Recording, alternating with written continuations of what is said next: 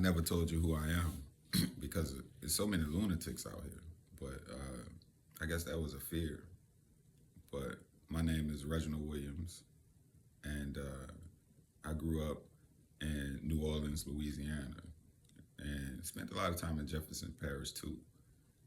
My family is from Tangipahoa Parish, which is in southeastern Louisiana, and it's a little town called Ponchatoula that my family from. But yeah, I grew up in New Orleans.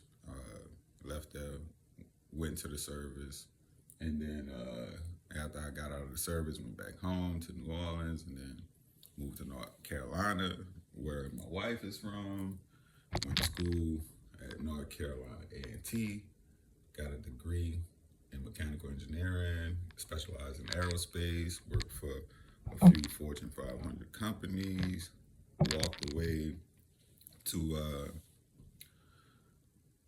you know, pursue what I want to do in life, and what I want to do in life is serve the Lord, right? Because all things in life are worthless, pretty much, except the relationship with God, right? Because nothing that we amass here materially, we taking with us. So, I think about Ecclesiastes, where that was like one of the first books that I really just meditated on and went back and forth and back and forth, back and forth. And one of the things as King Solomon, amassed all the great wealth and he had all this stuff, he hated life because nothing coming with you. And so you look at all these different material things, and and I went through that, and even now still, like, I don't have much desire to go out making a bunch of money and stuff like that. And that's what I grew up. I got my first job when I was a real job. I started a car wash when I was like 10. Was hustling when I was 11, 12, and then I was hustling and working when I was 15. And so left for the service when I was 19 because I had dropped out of school when I was 15, and I had to repeat. I think it was the 10th or the 11th grade. I dropped out in the 10th grade, so I had to do 10th grade twice. And so, yeah, I'm a high school dropout, but I went back to school.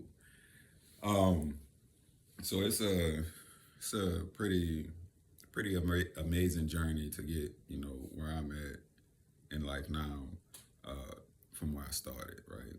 Inner city, New Orleans in the late 80s, early 90s. It wasn't nothing but a war zone. And then, but I saw that, and I knew I had to do something to get out of there.